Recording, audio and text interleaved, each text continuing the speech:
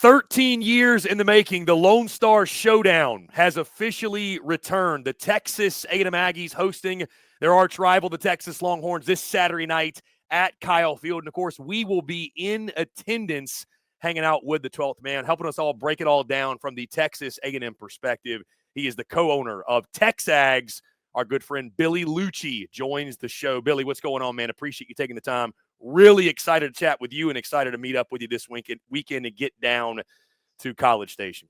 Yeah, I'm fired up for you to get here. It's been long overdue. I think you picked a great one to come to, and we also know, obviously, the recent history or the 2024 history of SEC Unfiltered being at SEC football games. So hopefully you bring some of that same energy and those same vibes to Kyle Field. Yeah, Billy, I've been really good for the home team. I've rushed 4 fields this year, if you can believe that or not. So, I'll let everybody else connect the dots and do the math. But, Billy, I want to talk about Texas A&M for a moment. Coming off this game, obviously, against Auburn, a thriller in its own right. Unfortunately, the Aggies dropped that football game in 4 overtimes.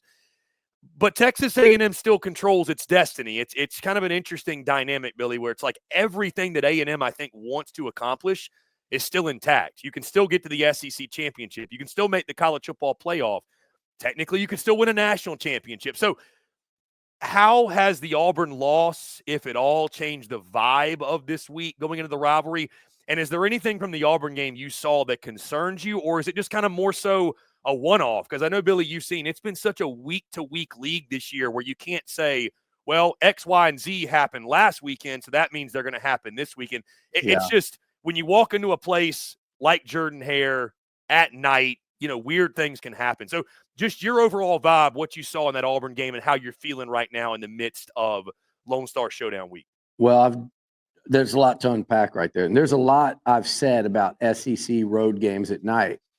You've stormed a few of them this year. A&M's been on the receiving end of field stormings their last 2 SEC road games, South Carolina and Auburn. You had what? Did you have 3 of them this weekend? Did Florida storm the field after Ole Miss? I didn't even see the very end of that. I saw the end of the game, but I didn't see. Probably in Gainesville, definitely in Norman, and certainly at Auburn. I think you had 3 this week alone. So I've said a lot about these SEC road games at night, and Texas has not been tested in that regard yet. I'll have to eat a lot of crow if they come in here and handle that, because it is a tall order. And it's a taller order in a true rivalry setting, right? That game at Auburn, I think the biggest thing it affects on field is just going to be, look, it's pretty damn costly. It could be. When you look at what happened prior to last weekend, my concern was, would A&M make the playoff at 10-3? Beating Auburn, beating Texas, losing in the SEC title game. And I was pretty adamant that they absolutely should. They would have been the only SEC team to go 7-1 out of 16 of them. And then you go play a whole extra game against a Georgia or an Alabama or Texas. You absolutely should not drop 1 spot after that. The issue now is I don't believe that about a 4-loss conference championship game loser. So I think what they gave up is now you don't just have to beat Texas. You have to beat Texas and Georgia. So we'll worry about that if it gets there, but it could prove, very, very costly, digging yourself that hole. And you asked if it's a one-off. I agree. Like, that was a trap game. Vegas knew it. You knew it. I knew it. Every A&M fan knew it. The whole country knew it. That's why they were tuning in to see an upset. I thought A&M showed a lot in coming back. There were so many chances to win that game, but the frustrating part is that shows you how easily it could have been won. Don't start out down 21-0. Make one of about a dozen plays in the fourth quarter and overtime, and the game's over.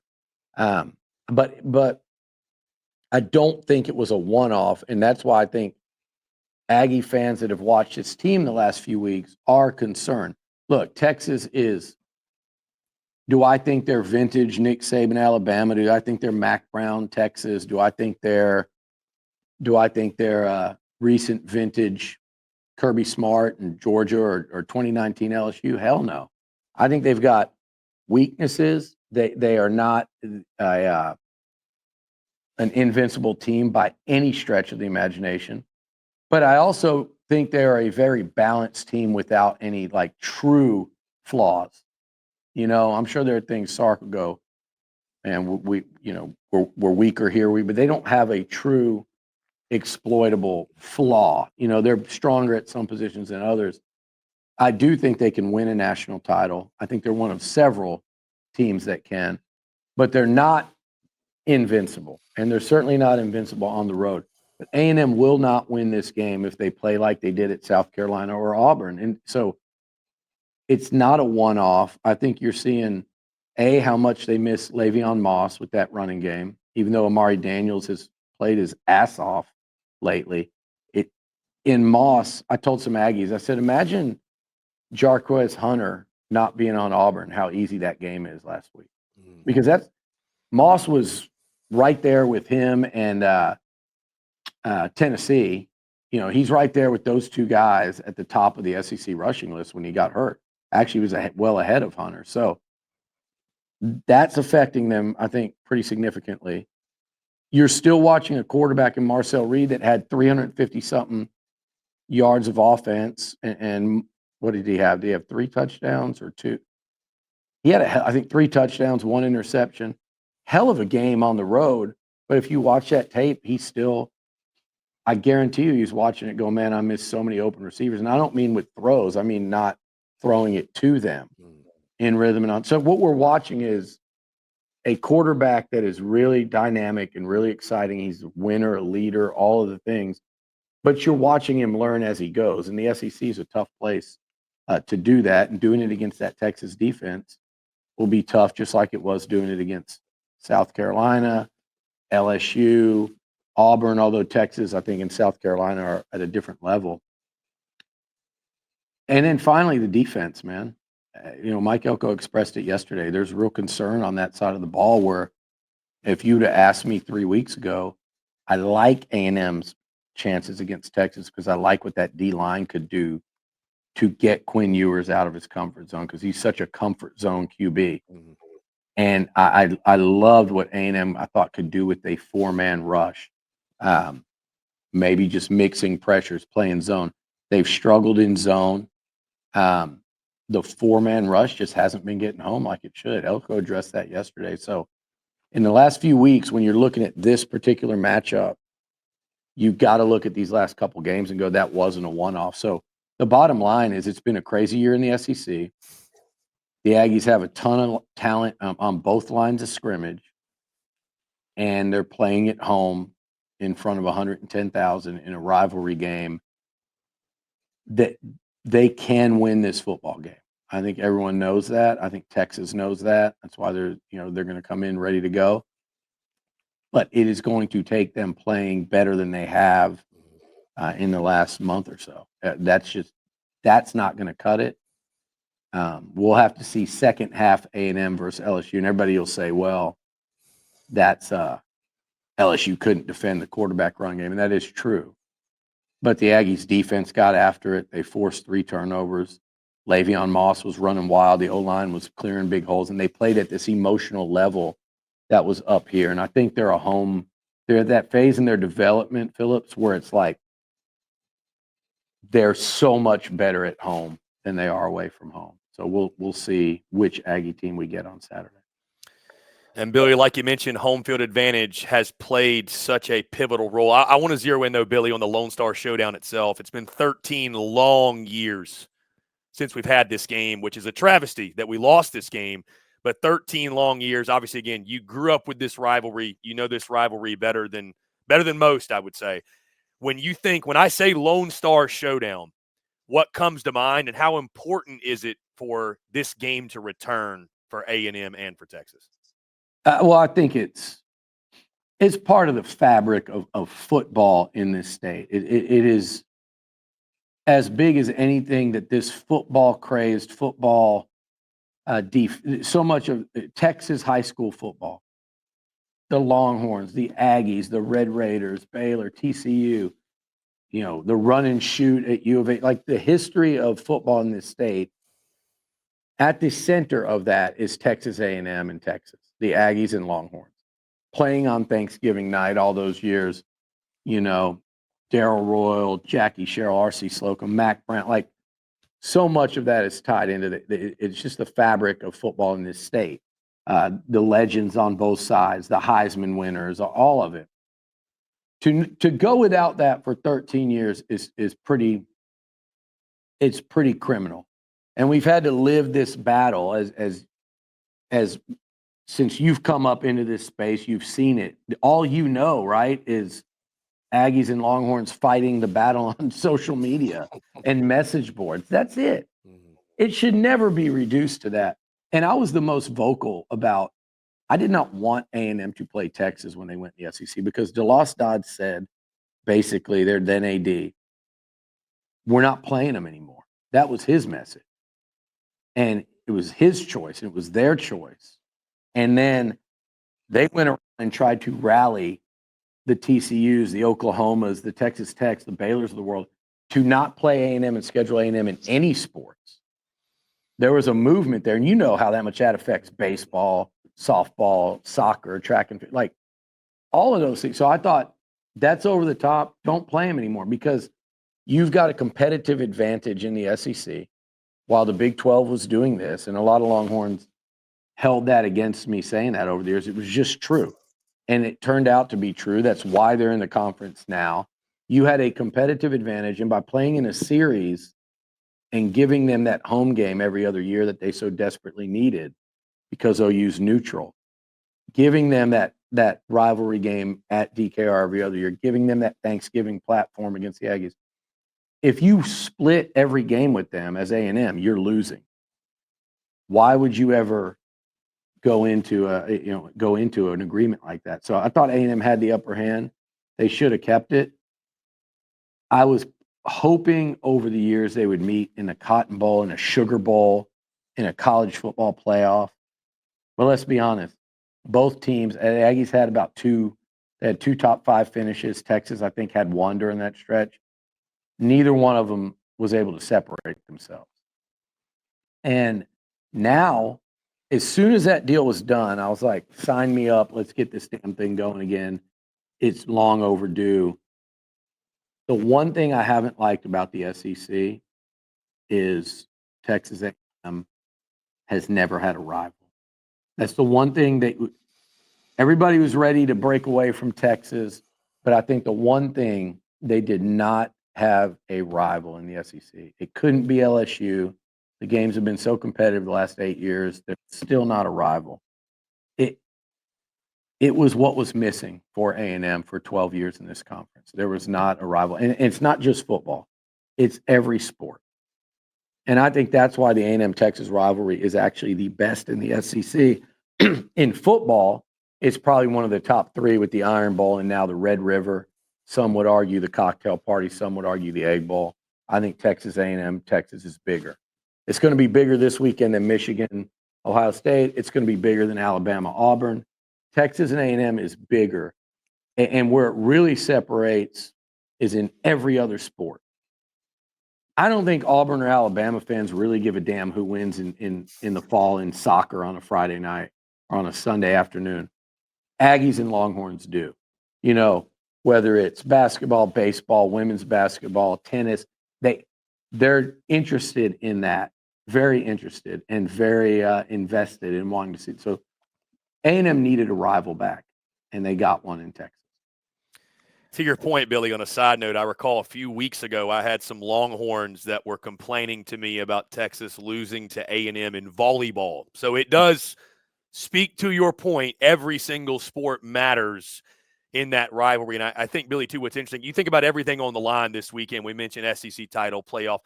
But this is a rivalry where there doesn't need to be trophies or rings or postseason implications.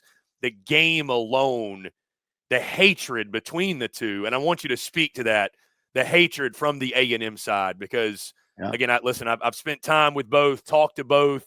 I know the way Texas folks look at A&M folks, and I'm sure A&M folks look at Texas folks a certain way. So speak to the pure hatred, man, because I know it's and we love rivalries for this, but you talk to either of the two for longer than a couple minutes, and you're going to be able to pick up pretty quickly. There's no love lost here between these two sides. No, there's not. And I'm trying to word this right, because you know the usual suspects that are watching, and they're ready. They are ready to catch me here. But I'm going to say this: like, the difference in the A&M Texas thing is, I don't think it's like a pure hatred thing. I want, as an Aggie, I want to beat those people so badly in every sport. Every time I root against them when they're playing, and they don't admit it, but they root against A&M every time they play. We saw it on Saturday night. You know, they can talk all they want. Every one of them wanted to see Auburn beat A&M, even though it at the time looked like it was going to take away the stakes of that game, which, thanks to their other rival, Oklahoma, that was not the case. But we love to see each other lose. But the difference in this one is it truly is a love-hate. We hate them when we play them, and we hate them. We want them to lose every time they take the field. But you are talking about friends. You are talking about family members. You are talking about arguing over Thanksgiving and at Christmas. You're talking about kids you grew up with, your best friends that went to other schools. You're talking about, in the case of the Aggie and Longhorn football players, guys that played against each other growing up, played with each other growing up. You're talking about, you're talking about guys that wanted to go to the other school when that school was up and they weren't offered, and they resent that. Like, there's so much, it's so intertwined. You're talking about your coworkers. You're talking about your boss or your employee. It is, I know an Aggie that's like, I won't go to, and he says this, and we're like, well, you're fortunate you have that kind of job now, aren't you? But he's literally like, I will not go to work next week if we lose to them. And he means it. He's not going to work. He will work from home next week, and rather than go deal with the Longhorns. So I think historically, and I was talking about this with Stephen McGee the other day, old A&M quarterback that went 2-1 against Texas. And that was the Colt McCoy Texas team. So that didn't come cheap, you know.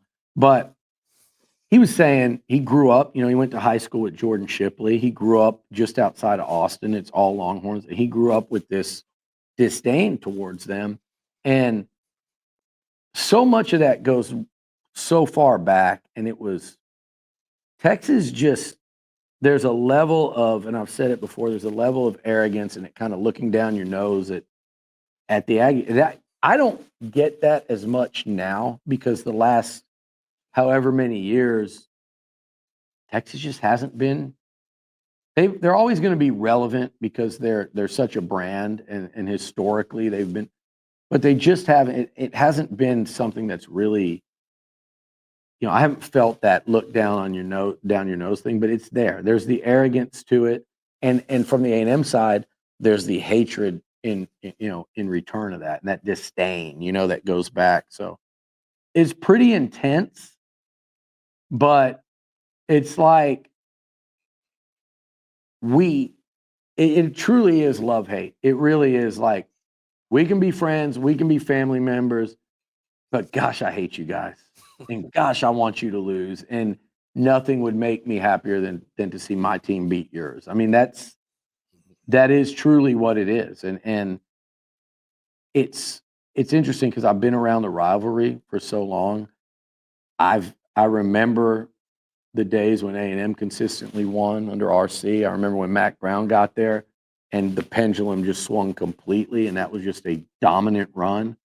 Then I remember the Mac Brown, as we talked today, as the day he got fired at, North Carolina. I've got a lot of respect for Mac and what he did there and what he did in this state, but I was here watching that downfall, and I was here when they split conferences, and now when they come back. So it's been an interesting up and down of this rivalry. And I think with where Sark's got them and where I think Mike Elko is going to take them, And you got to realize what he's been able to do in this first year. And I think it kind of sucks that they lost that Auburn game. It was the first true setback they had that was like, you're going, okay, you shouldn't. That he has done a remarkable job in year one. And if he beats Texas, it goes to a whole nother level. But he's done a hell of a job in year one. Some Aggies, I don't think, are even recognizing that right now. You have to look at what first-year coaches historically have done in this league. Sark, Josh Heupel, Hugh Freeze, like go down the list, name them. You know, it is very tough.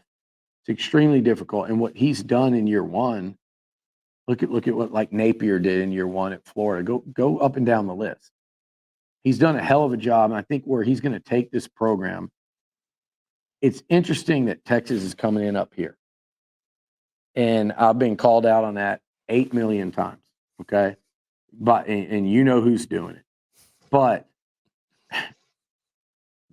them coming in up there, I didn't think they would. I thought it would be closer to what OU's dealing with. I'm not going to go into a first-year schedule because I do think that's a really good team. But I think A&M is going to be up there too. And I think this is just a sign of things to come, which is these two teams playing with real stakes. I really think this is going to be an annual thing. I don't think Texas is going anywhere, and I think Elko's very quickly getting them there. So I think that have some fun this weekend when you're here. Aggies have fun. Longhorns are going to come in town and have fun.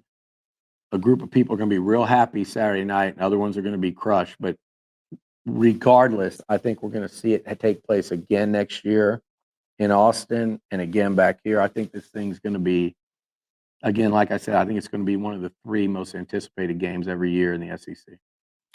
Certain Billy, Saturday night feels destined to be a classic at Kyle Field. A&M right now a 5.5-point underdog, but again, home night game in the SEC, a team with its backs against the wall. Where have I seen this before? It seems every single time that it occurs, the team with the stakes and on the home field and at night seems to rise to the occasion. So, Billy, if A&M is going to do that, if they're going to beat their arch rival, if they're going to take down the Horns, a key or keys to the game for you, what does A&M have to do to make that happen? Well, number one, I think they've got to get pressure on Quinn Ewers. I know he's banged up the ankle, but mobility's not. I mean, he has to be mobile, but he's not like a running QB at all. It's just about getting him uncomfortable. When Quinn Ewers is in rhythm and comfortable, they look like national champs. This is for the last couple of years. Hang on, Chris. They don't have my water in here. When Quinn is uncomfortable and not sure what he's seeing and hesitant or keeps getting knocked on his back, Texas looks a lot more mortal on offense. So that front four for A&M, like you're all NFL guys, you have to go out and show it. You have to stop the run. You have to put them behind the chains. You have to get them. The Aggies are going to have to tackle in space. You can try to say you're not going to go over the top of us, but if you can't take guys to the ground in stride, these crossers, these little screen passes, then Sark will eat you up. So they have to tackle and get pressure, things they haven't done lately. So, Billy, first time at Kyle Field for me, looking forward to the trip. If you could explain what you expect the environment to be like. Again, you've seen some great ones, but this one I feel like is going to be next level. And again, looking forward to it. Like you said, it's been a long time coming to finally get to College Station. Do your best to describe in your own words what you're expecting from that atmosphere, what we can expect, what SEC Unfiltered can expect coming down for the game. I think the tailgating, get over to Aggie Park, enjoy that, get to the stadium early, watch that place fill up with 108,000. You're going to be really taken aback by the yells and just the way that sound comes down from those decks. They used to call it the tackle box. My friends would make fun of it because the way now they've closed it in, the way that sound just, echoes down upon the field. It is as unique an environment as there is in the SEC in college football. I've been all over. I've had people at games this year from Notre Dame, Ohio State fans, and they just go, I've never seen anything like this. And I think you'll feel the same. Even in the SEC, it stands out. Now, that doesn't mean like you got Death Valley, you got the Swamp, you got Neyland Stadium, you've got Williams-Brice, all these places, Bryant-Denny, Jordan Hare. I'm doing all the hyphens now. I'm not doing Vaught Hemingway. I don't think it's on a level of those, even though you were there and stormed the field, right? But the thing about A&M is, like, whether it's Texas or LSU or Notre Dame, the atmosphere is 10 out of 10, just like those places I named. They're all as loud and as hostile as it gets, right? The difference in A&M is it's just going to be, you're going to see it as very unique. So many things that you don't see anywhere else. So that's what I think you'll walk away from, is like, man, I've never been to a game at a place like that with all the stuff that's going on that they're doing, and the sawing the horns off, and they've got the towels, they've got the sawing them off, the intros off the charts, everything about it. I think you can walk away and go, I've never been to a game like that. Hopefully the home team delivers like what you've seen. And by the way, I left off what A&M needs to do to win. On offense, they've got to sustain at least a consistent running game. They don't have to run all over Texas, but they cannot get into this game where Marcel Reed has to drop back and throw behind the chains all the time, because he'll get sacked. He'll hold on to it too long. Texas is too good at covering. Colin Klein has to figure out a way to scheme up where A&M stays ahead of the chains, and they're just going to have to be really consistent in doing that. It's hard to do, but if they do that, then I think Marcel Reed could have an impact and look like, the difference maker in this football game. But they've got to be ahead of it. They can't be in 3rd and 8, 3rd and 9 all game, because that's a losing formula for the Aggies. Billy, to your point, you mentioned a few. I've seen Death Valley at night this season. I've seen Neyland Stadium. I've seen Sanford. I've seen Williams-Brice. I'm very excited to say after this weekend I have seen and experienced Kyle Field, experienced College Station, and experienced the first Lone Star Showdown in 13 long years, a game that it feels like is destined to be a classic. And excited to link up with you guys. Billy Liucci at TexAgs does fantastic work, the best of the best in the business when it comes to covering all things Texas A&M. Billy, it's an absolute pleasure, man. I appreciate you taking the time, and again, really excited to link up with you and the entire TexAgs crew this weekend. It should be one hell of a weekend. Aggies and Longhorns at Kyle Field. Winner goes to Atlanta, the loser stays home. Who had that on their bingo card? What more could you ask for? I actually have, for all the times I do, and I will use it this week. Trust me, it's coming. I did predict this. I think, though, I had A&M at 9-2, not 8-3. That was fair enough. Anyway, all at stake, and you're coming. Let's get a field storming. I'm counting on you for that. Let's get after it. Billy Liucci again. Billy, I appreciate you taking the time, man. We'll do it again soon.